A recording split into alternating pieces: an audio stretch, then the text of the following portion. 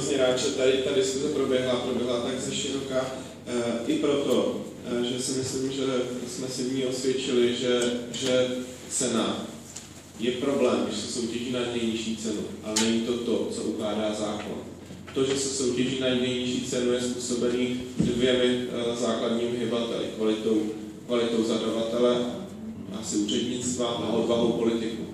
A ve chvíli, kdy tato kombinace se spojí, tak samozřejmě pak je tou nejjednodušší variantou soutěžit vždycky na cenu.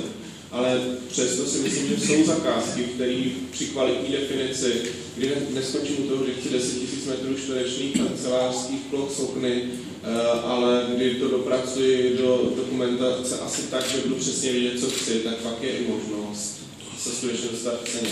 Doufám, že architektonické soutěže a soutěž na návrh budou čím dál častější, ale třeba u veřejných zadavatelů je to často způsobený tím, že ve chvíli, kdy máme tady dotační systém a vám přijde dotace, vy nevíte, jestli ji dostanete, pak vám přijde, vy to musíte hrozně rychle utratit, využívat, tak není čas na architektonickou soutěž. A vy můžete tak maximálně si dělat architektonické soutěže do šuplíku, ale nebudete je realizovat, protože se k ním na ty peníze nedostanete a z vlastního, aspoň pokud mluvím za obce, tak na to v podstatě nemáte.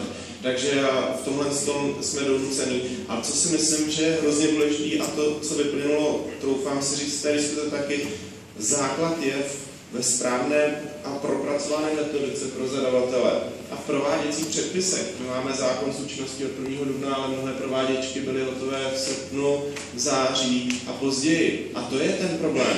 Ale řešit to teď, že identifikovali jsme problém ceny, který ani není problém toho zákona, tak řešit tím, že se vrhneme do novelizace zákona, je podle mě neřešení toho problému. Ten problém leží někde jinde než v tom, než v ceně.